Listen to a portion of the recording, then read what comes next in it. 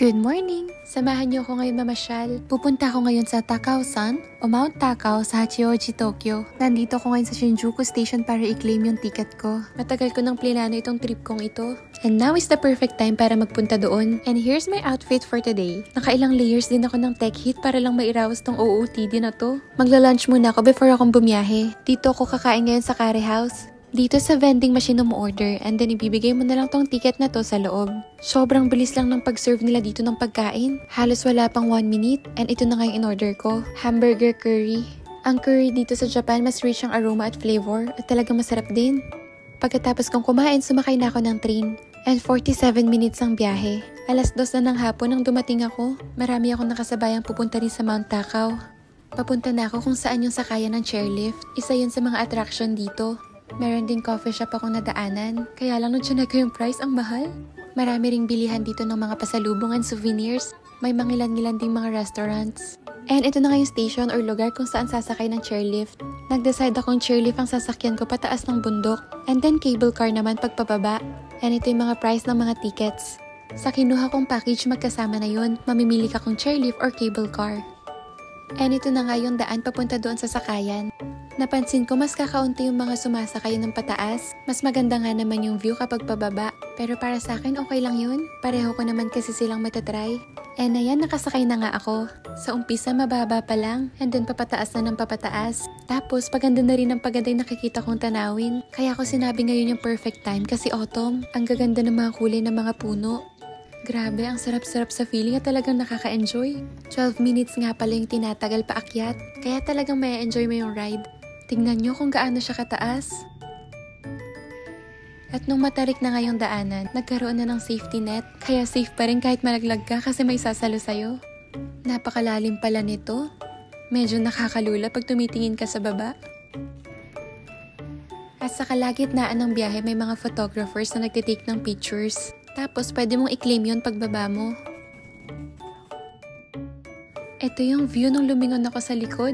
Grabe, kitang-kita mo pala yung city mula dito sa taas. And ayan, malapit na nga akong bumaba.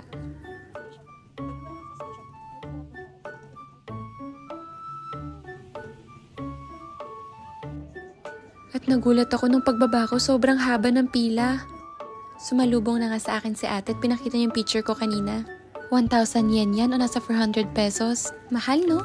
Pero okay lang. At least may souvenir naman. And may QR code na rin itong kasama na pwede mong ma-download yung picture mo pag gusto mo. Nagustuhan ko rin naman yung kuha sa akin. At nakailang meters na ako naglalakad pero pila pa rin ng chairlift. Nakarating na nga ako dito sa view deck ng Mount Takao at kitang-kita mo yung kabuuan ng Kanto Plain. Naglakad na ako mula dun sa view deck. Ang paglingon ko dito, sobrang na-amaze ako sa view. Kaya naman ang daming nagpipicture dyan. At nung nawala na nga yung mga tao, syempre nag-moment din ako.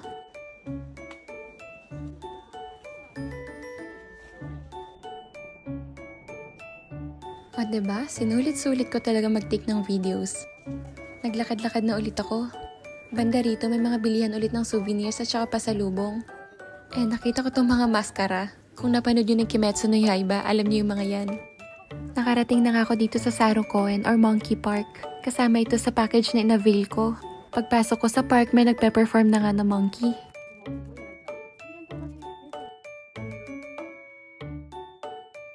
Ang dami nilang mga unggoy dito. Nakaka-amaze lang kasi hindi mabaho yung lugar.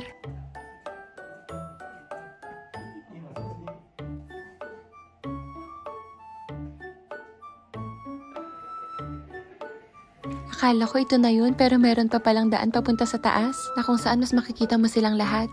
Tapos may konting performance din. Ang galing din ni Kuya, memorize niya lahat ng mga pangalan nila.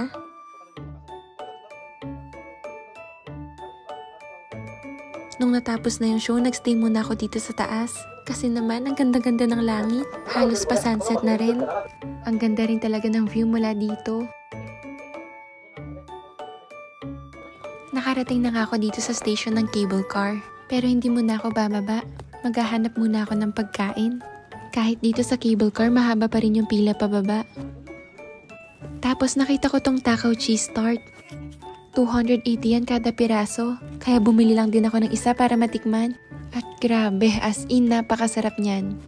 Tapos nakita ko tong Mitarashi Dango, ang daming nakapila kaya bumili din ako. 400 yen din ang isa nito. Tapos meron silang pinahid na itim na akala ko minatamis. Pero hindi pala. Hindi ko ma-explain yung lasa, basta.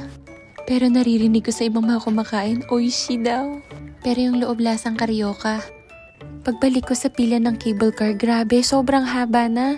Palubog na rin kasi yung araw kaya lahat nagsisibabaan na. And dumating na nga yung cable car na sasakyan namin. Nilinis daw muna nila ng kaunti bago sila magpasakay. And ang swerte ko nga kasi nasa pinakaharap pa ako. Kitang-kita ko lahat para ako nakasakay sa roller coaster. Pababa na kami niya ng bundok. At kahit padilim na, ang ganda pa rin talaga ng tanawin.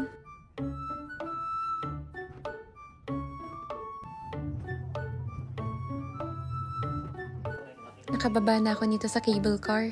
And dito na rin nagtatapos ang adventure ko dito sa Mount Takao. Sana nag-enjoy rin kayo. Sa susunod ulit, bye!